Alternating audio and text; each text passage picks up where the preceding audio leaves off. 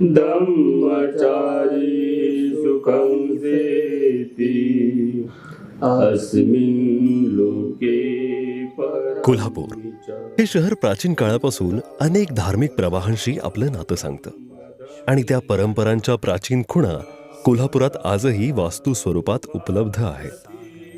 प्राचीन काळात कोल्हापूर बौद्ध धर्मियांचं महत्त्वाचं केंद्र होतं. याचे पुरावे आजही कोल्हापूर शहर आणि परिसरात सापडतात. या सगळ्यात चकित करणारी आणि अभिमान सुद्धा वाटायला लावणारी गोष्ट म्हणजे तथागत सिद्धार्थ गौतम बुद्धांच्या अस्थी सांभाळून ठेवणारा स्तूप कोल्हापुरात एका उत्खननाच्या दरम्यान सापडला होता. 27 ऑक्टोबर 1877 कोल्हापूरच्या प्रसिद्ध टाउन हॉल परिसरात पूर्वेला असलेल्या खाराळा बंगला परिसरात, म्हणजेच जयंती नाला विल्सन पुलाजवळ जिथं वळतो तिथं या अस्थी मिळाल्या होत्या. या संदर्भातली कागदपत्रे अभ्यासकांना मिळालेली आहेत. बुद्धांच्या पवित्र अस्थींनी रक्षा असणारा स्तूप 100 फूट डायमीटरचा स्तूप कोल्हापूरमध्ये होता.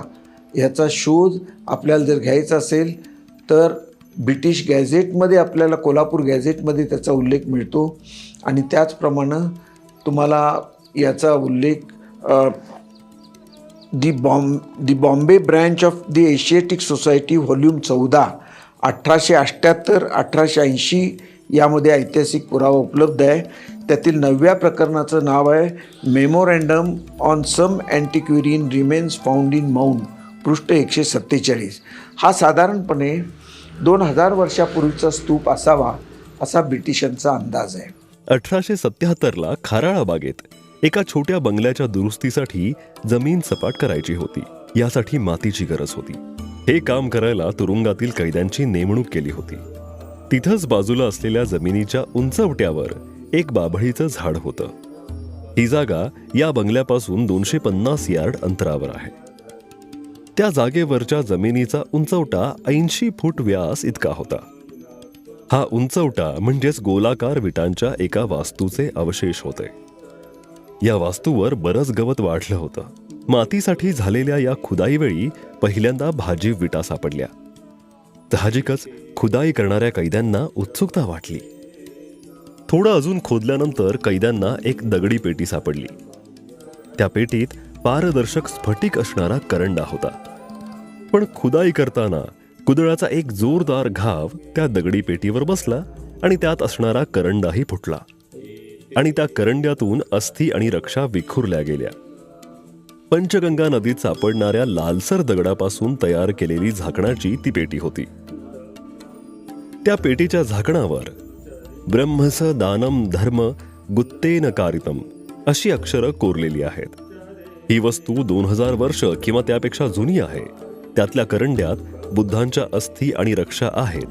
ही माहिती श्री भगवानलाल पंडित या रॉयल एशियाटिक सोसायटी बॉम्बेच्या ब्राह्मी लिपी तज्ज्ञांनी दिली होती. बुद्धांच्या कुशीनगर इथल्या महानिर्वाणानंतर 225 वर्षांनी सम्राट अशोकानं अनेक स्तूप बांधून त्यात पवित्र अस्थी आणि रक्षा सांभाळून ठेवल्या. गौतम बुद्धांच्या या निर्वाणानंतर त्यांनी अगोदर सांगितलं होतं त्याप्रमाणे त्यांच्या देहावर रेशमाच्या पट्ट्या, त्यावर चांगल्या प्रतीचा रुई, पुन्हा रेशमाच्या पट्ट्या, असं करून सगळा देह, सगळे शिष्य जमेपर्यंत त्यांनी एका तेलाच्या मोठ्या कायलीमध्ये तो देह ठेवलेला होता. आणि त्यानंतर त्यांच्या देहाला चंदनाच्या चितेवरती अग्नी दिल्यानंतर जी रक्षा राहिली आणि अस्थी राहिल्या त्याचे 4 भाग करण्यात आले. कोलिया समाजाकडे एक, मल्ल लोकांच्याकडे एक, त्यांच्या वडिलांच्या घराकडे शाक्य कुटुंबाकडे एक आणि वैदिक ब्राह्मणांच्याकडे, असे 4 भागामध्ये ते रांजण होते. ते सम्राट अशोकाने आपल्या ताब्यात घेतले आणि त्याचे 80,000 भाग स्फटिक करंड्यात आणि सोन्याच्या करंड्यामध्ये करून सगळ्या भारतात आणि भारताबाहेरही पाठवल्या. त्यातला एक स्तूप आपल्याला सांगितलं तसं कोल्हापूरला होता. आता या स्तूपाचा शोध कसा लागला? छत्रपती शाहू महाराज गादीवर यायचे होते. त्या दरम्यान या संस्थांचे खाजगी कारभारी महादेव वासुदेव बर्वे होते. त्यांनी 16 नोव्हेंबर 1877 रोजी पॉलिटिकल एजंट कर्नल F. सचिनदार यांना सविस्तर पत्राद्वारे पवित्र स्तूपाचा शोध कसा लागला हे कळवले. त्यांनी असं कळवलं, सापडलेली दगडी पेटी आणि त्यातला स्फटिक करंडक कोल्हापूरला व्यवस्थित ठेवलेला आहे.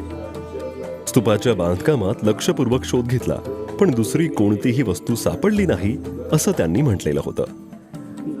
यानंतर 18 डिसेंबर 1877ला acting secretary to government of Bombay John Jordan यांनी रॉयल एशियाटिक सोसायटीला पत्र लिहिलं होतं. यात दक्षिण मराठा कंट्री नंबर 695 आणि उत्खननात सापडलेल्या वस्तू पाठवल्या असा उल्लेख आहे.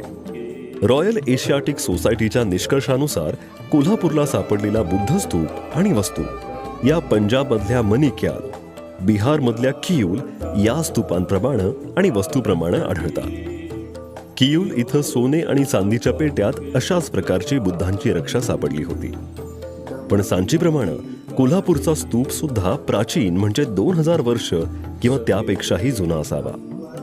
स्तूपाबरोबरच बुद्ध विहार, ध्यान गुंफा या परिसरात असाव्यात असाही अंदाज अभ्यासक मांडतात. बुद्ध स्तूपाबरोबरच कोल्हापूरच्या ब्रह्मपुरी टेकडीच्या उत्खननात ज्या अनेक गोष्टी सापडल्या होत्या त्यात बुद्धिस्ट पूजा विधीच्या वस्तू आहेत.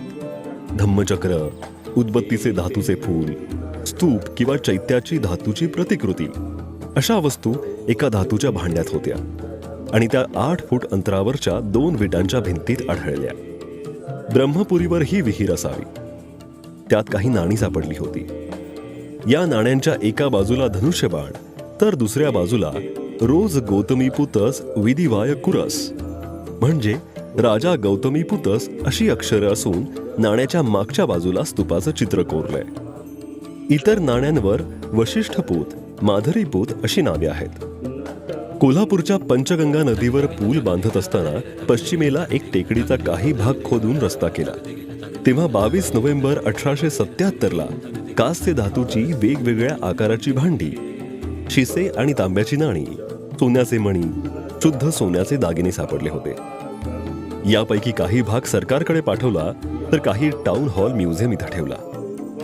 कोल्हापूर परिसरातील गुफा, बुद्ध विहार आणि बुद्ध स्तूप त्यातील तथागत बुद्धांचे पवित्र अवशेष यातून एक स्पष्ट होते की कोल्हापूर हे बुद्ध अनुयायांचे एक महत्वाचे ज्ञानपीठ होते, आचार विचारांचे केंद्र होते आणि म्हणूनच कोल्हापूरची ऐतिहासिक ओळख 2000 वर्षांपूर्वीची बनते. कोल्हापूरला बौद्ध तत्वज्ञान आणि विचारांच्या परंपरेचा इतिहास आहे.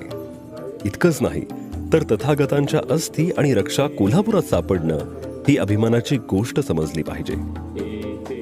आज त्या जागेवर बौद्ध स्तूप उभारून जागतिक दर्जाचे पर्यटन केंद्र उभारता येणं शक्य आहे.